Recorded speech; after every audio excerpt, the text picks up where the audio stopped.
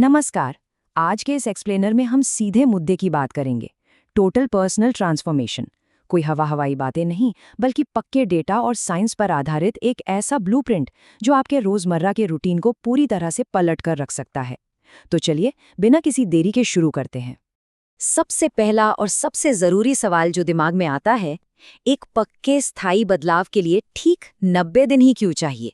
मतलब सोचकर देखिए, सालों की जमी हुई आदतों को बस कुछ ही महीनों में उखाड़ फेंकना, क्या ये सच में मुमकिन है?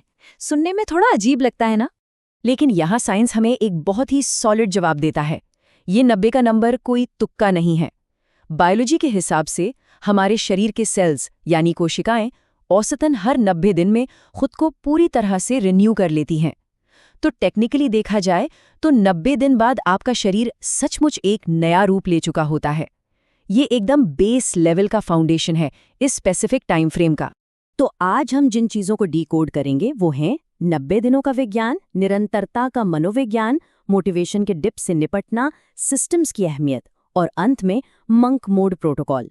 शुरुआत करते हैं हमारे पहले भाग से, 90 दिनों का विज्ञान और ये सेल्यूलर रिन्यूअल कैसे काम करता है। अब इसे डेटा के नजरिए से देखते हैं।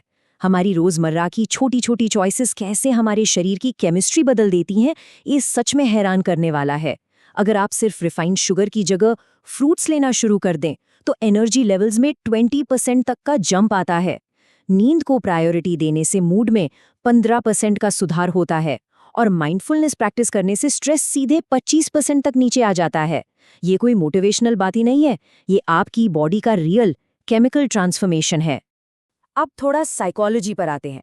आपने शायद सुना होगा कि कोई भी नई आदत बनने में 21 दिन लगते हैं, राइट? स्टडीज बताती हैं कि ये एक बहुत बड़ा मिथ है। असल में किसी भी नए बिहेवियर को ऑटोमेटिक होने में एवरेज 66 दिन लगते हैं। और इसीलिए 90 दिन का जो ये बफर है ना, ये किसी भी आदत को आपके रूटीन में पूरी तरह से लॉक करने के लिए बिल्कुल परफेक्ट है। अब बढ़ते हैं हमारे दूसरे भाग की तरफ, निरंतरता यानी कंसिस्टेंसी का मनोविज्ञान और सक्सेस के नियम। देखिए, प्रॉब्लम हमारे एम्बिशन में नहीं होती, प्रॉब्लम होती है उस शुरुआती मोटिवेशन के फुस हो जाने में। इसे काउंटर करने के लिए सेल्फ हेल्प कम्युनिटीज ने 5 नॉन नेगोशिएबल रूल्स बनाए हैं। सुबह जल्दी उठना, सोशल मीडिया को स्ट्रिक्टली लिमिट करना, रोज 30 मिनट कुछ नया सीखना, अपनी फिटनेस पर ध्यान देना और सबसे बड़ा रूल, अपने मूड से ज्यादा कंसिस्टेंसी को अहमियत देना। असली डिसिप्लिन वही है जब आपका काम करने का मन बिल्कुल ना हो, फिर भी आप उसे पूरा करें। और यही हमें ले आता है हमारे तीसरे और सबसे क्रिटिकल फेज पर, मोटिवेशन का गिरना और उस स्ट्रगल से निपटना। ये वो पॉइंट है जहां ज्यादातर लोग गिव अप कर देते हैं। और मजे की बात यह है कि ये कोई पर्सनल फेलियर नहीं है, बल्कि टेम्पोरल मोटिवेशन थ्योरी का हिस्सा है। पहले 2 हफ्तों में तो एनर्जी एकदम पीक पर होती है, लेकिन दिन 14 से 45 के बीच आता है मोटिवेशन डिप। ये 45वां दिन एक अल्टीमेट फिल्टर की तरह काम करता है। जो इसे पार कर गया वो सक्सेसफुल हो गया, और जो रुक गया वो वापस अपने उसी पुराने रूटीन में फंस जाता है। इसी स्ट्रगल वाले फेज में हमारा दिमाग हमारे साथ एक गेम खेलता है, जिसे लाइसेंसिंग इफेक्ट कहते हैं। होता ये है कि जब हमें शुरुआत में थोड़ी सी प्रोग्रेस दिखती है तो हम खुद को रिवॉर्ड देने के मूड में आ जाते हैं। हमें लगता है कि यार बहुत काम कर लिया, अब थोड़ा ब्रेक तो बनता है। और बस यही वो मोमेंट है जहां हमारी सारी बनी बनाई मोमेंटम ब्रेक हो जाती है। इस मेंटल ट्रैप से बचने के लिए माइंडसेट को शिफ्ट करना बहुत जरूरी है। अगर आप सोचेंगे कि मैंने प्रोग्रेस कर ली है, तो ये अचीवमेंट को ट्रैक करना हुआ, जिससे रिलैक्स करने का मन करेगा। इसके बजाय आपको कमिटमेंट को ट्रैक करना है, यानी ये सोचना कि मैं लगातार 15 दिनों से अपने काम के लिए डटा हुआ हूं। जब रिजल्ट्स दूर लग रहे हों, तब यही कमिटमेंट वाला माइंडसेट आपको उस स्लंप से बाहर निकालता है। और मान लीजिए किसी दिन आप चूक गए, तो क्या? सेल्फ कंपैशन रिसर्च का कहना है कि एक दिन का मिस होना सिर्फ एक डेटा पॉइंट है। इससे आदत नहीं टूटती। आदत तब टूटती है जब आप गिल्ट में आकर दूसरा दिन भी मिस कर देते हैं। इसलिए अगर एक दिन छूट जाए तो कोई गिल्ट नहीं, कोई कैचअप बिंज नहीं, बस अगले दिन अपने मिनिमम एफर्ट के साथ वापस ट्रैक पर आ जाइए। तो अब आते हैं चौथे हिस्से पर, जहां बात सिर्फ विल पावर की नहीं, बल्कि एक स्ट्रॉन्ग सिस्टम बनाने की है। 90 दिनों तक बिना बर्नआउट के टिके रहने के लिए आपको एक सॉलिड स्ट्रक्चर चाहिए।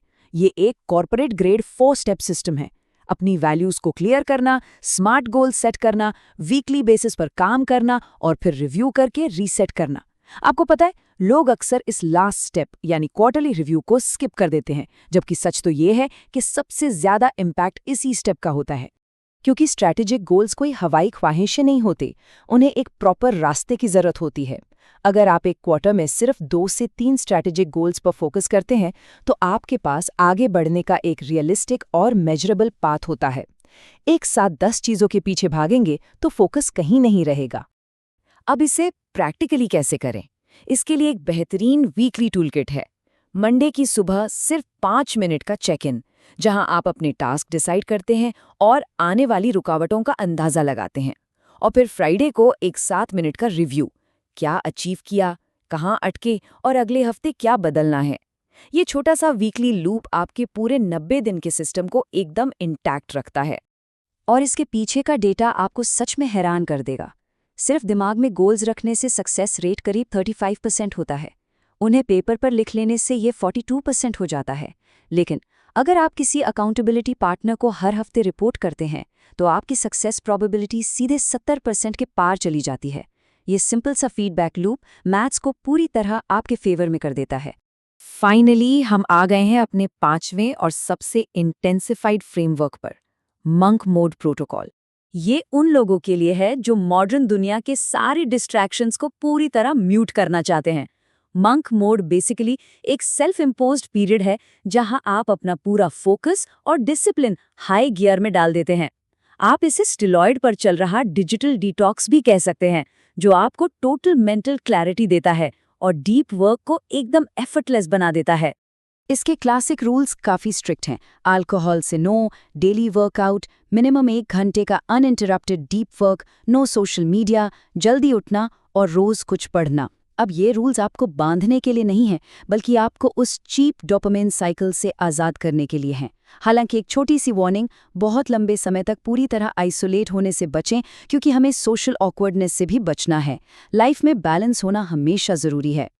तो इस एक्सप्लेनर के एंड में एक सवाल जो मैं चाहूंगी कि आप खुद से पूछें, अगर आज इसी वक्त से एक नया 90 दिन का साइकिल शुरू होता है, तो अगले 90 दिनों में आपकी लाइफ में क्या क्या बदल चुका होगा? सोचकर देखिए। 3 महीने का ये स्ट्रक्चर्ड डेडिकेशन और फोकस लिटरली आपकी पूरी ट्रेजेक्ट्री बदल सकता है। बस अब इसे एक्शन में लाने की बारी है।